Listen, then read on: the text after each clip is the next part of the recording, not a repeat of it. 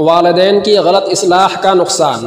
اولاد کی تربیت کے موضوع پر تحقیق کرنے والے تمام محققین اس بات پر متفق ہیں کہ اگر بچوں کے ساتھ والدین اور سرپرستوں کا سلوک برا ہو اور وہ ان کی سختی سے پٹائی کرتے رہیں، انہیں ہر وقت ڈانٹتے رہیں اور ہمیشہ اولاد کو حقارت اور توہین کا نشانہ بناتے رہیں، ان کو بدنام کرتے رہیں اور ان کا مذاق اڑاتے رہیں، تو بچوں کی طرف سے بھی ان سب باتوں کا رد عمل ہوگا۔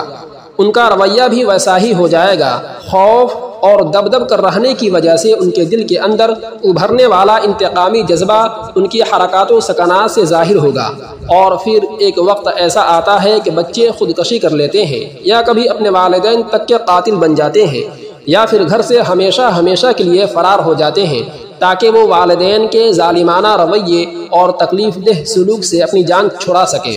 اگر ایسے بچے جوان ہو کر معاشرے کے اندر بدترین مجرم کے حیثیت سے ابھر آئیں، بے راہ رو اور شتر بے مہار ہو جائیں، تو اس پر والدین کو حیران نہیں ہونا چاہیے، اور نہ ہی ان کی بد اخلاقی اور بدتمیزی پر انہیں حیرت ہونی چاہیے۔ اسلام کی ابدی اور درست تعلیمات ہر ذمہ دار سرپرست اور فرد شناس والدین سے اس بات کا مطالبہ کرتی ہے کہ وہ پہلے خود اچھے اخلاق کا نمونہ پیش کریں، اولاد کے ساتھ نہایت نرمی، محبت اور شفقت کے ساتھ پیش آئیں، تاکہ ان کی اولاد کی تربیت صحیح خطوط پر ہو، ان کے اندر جرات اور شخصی استحکام پیدا ہو، اور انہیں یہ احساس ہو کہ والدین کے دل میں ان کے لیے بے پناہ محبت اور عزت و وقار موجود ہے۔ بچوں کی غلطیوں کی اصلاح نبوی طریقوں کی روشنی میں بچوں کی تربیت اور ان کی اصلاح کے لیے حضور صلی اللہ علیہ وسلم کی تعلیمات سے کئی طریقے سامنے آتے ہیں۔ ہم بچوں کی غلطیوں کی اصلاح کے 7 نبوی طریقے پیش کر رہے ہیں، بغور سماعت فرمائیں۔ نمبر 1، رہنمائی اور صحیح بات بتانے کے ذریعے غلطی کی اصلاح کرنا۔ امام بخاری اور امام مسلم رحمہ اللہ حضرت عمر ابن ابی سلمہ رضی اللہ تعالی عنہ سے روایت کرتے ہیں کہ انہوں نے فرمایا کہ میں رسول اللہ صلی اللہ علیہ وسلم کی زیر کفالت چھوٹا سا بچہ تھا، کھانے کے برتن میں میرا ہاتھ ادھر ادھر چلا جایا کرتا تھا۔